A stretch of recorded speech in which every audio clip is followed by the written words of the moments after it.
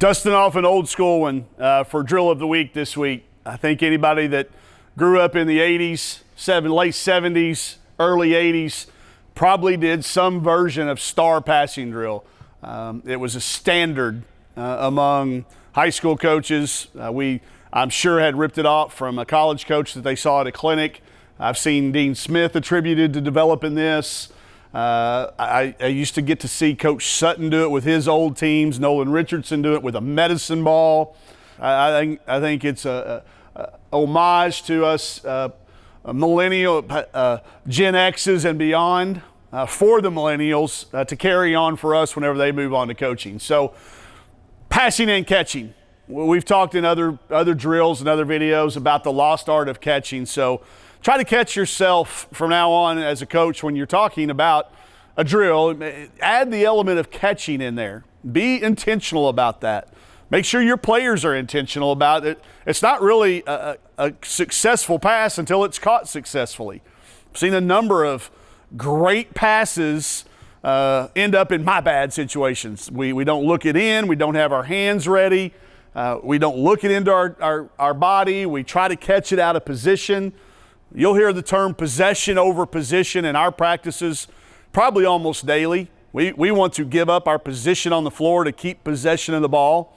I think that little saying helps us probably reduce a turnover every couple of games, which is something we're always trying to do. If you've watched previous videos of ours, you know that every drill we do has to have some form of passing and catching element. But on this one specifically, we're looking for some very clear indicators. Is that pass on target? Is it in this little, strike zone, to use the softball, baseball reference? We don't even give you below the waist. It's got to be here where we can catch it at waist level or no higher than our shoulders, and we don't want it to really be outside of our body. If the pass starts to be that, the receiver can save the passer by moving their body to catch and receive it with their body and not receive it with their hands here.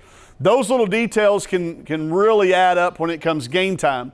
The last thing, we want to make sure that catch is perfect. In this particular drill, not only do we have our hands ready to receive it, are we absorbing the energy of the ball as it comes, but are we doing it as we continue our movements? That's what I love the most about star passing.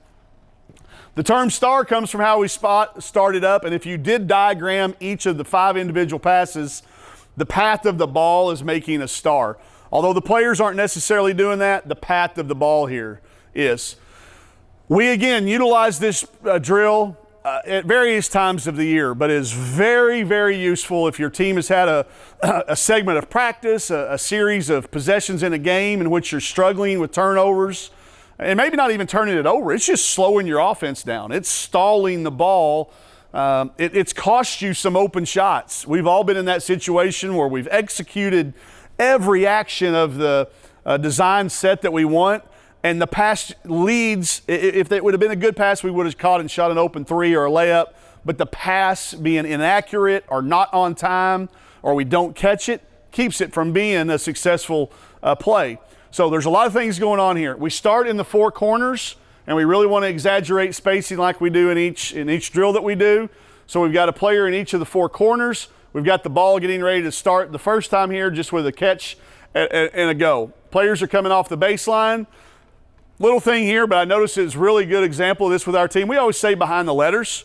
A lot of teams, you'll see them lined up right here along the baseline.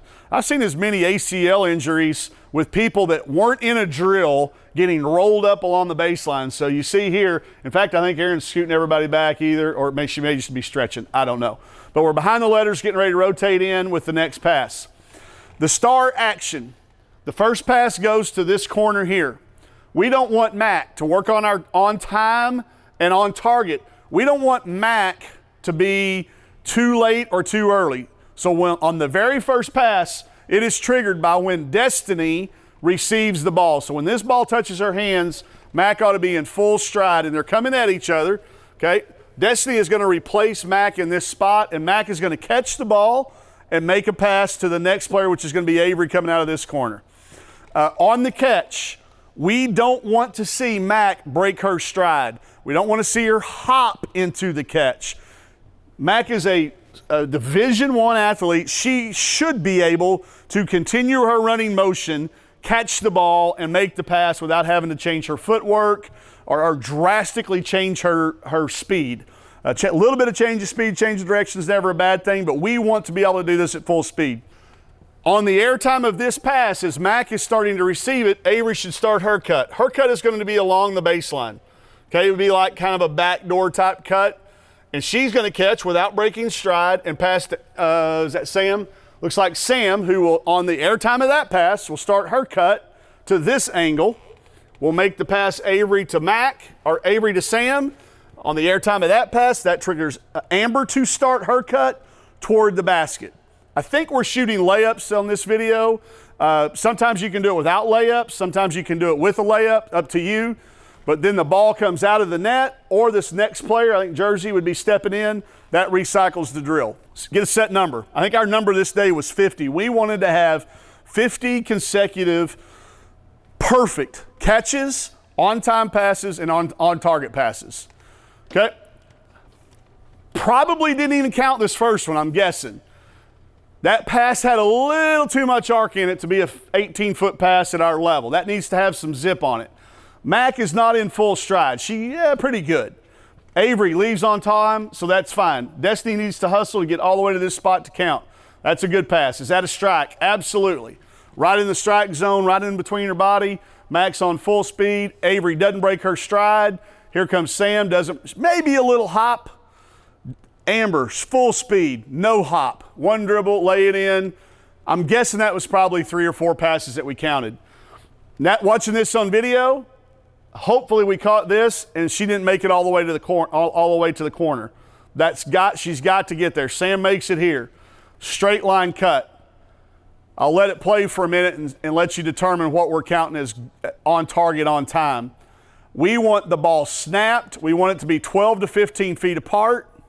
Too early. Miriam left too early. That closed that gap, so that wasn't on time. I'm guessing we've probably reset this a few times. If you had audio, you'd be hearing this count. 1, 2, 3, 1, 2, 3, 1. We always take the count back to 1, and then if somebody made a pass or made the wrong cut, we'll have somebody there tell them what they did. Off to a bad start. We've already been going for about 30 seconds. So again, at least we're getting a little conditioning out of this. You as coaches, telling them what you're looking for. Hey, you're leaving too early. Hey, that doesn't have enough snap on it. Hey, you're breaking your stride. The pass is off target. Sasha stopped her cut.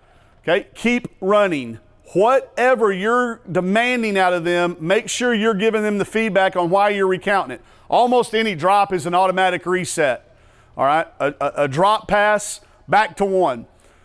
There's been many days doing this drill that we'll be in the high 40s on the way to 50 and somebody drops one.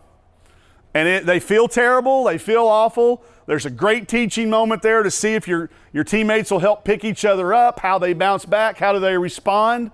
But you can be as picky or as lenient as you want. This, again, came at a period of time when our particular team was struggling.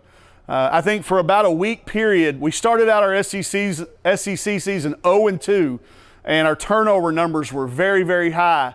And we spent some focus on passing and catching, one of the most fundamental parts of the game. There's no shooting going on here except for a layup. They must have talked me into the layup because I probably wouldn't have even allowed them to shoot the layup.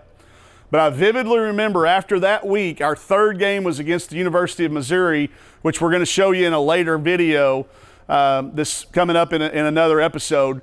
But we only had 2 turnovers in the entire game, and it's an SEC record. So I'm not telling you that these are magic drills. It's just like anything else. It's what you emphasize, how you emphasize it, how your players likewise buy into that, the importance of what it has to carry over into the game. Boom, we got it right there. You can see we finished strong.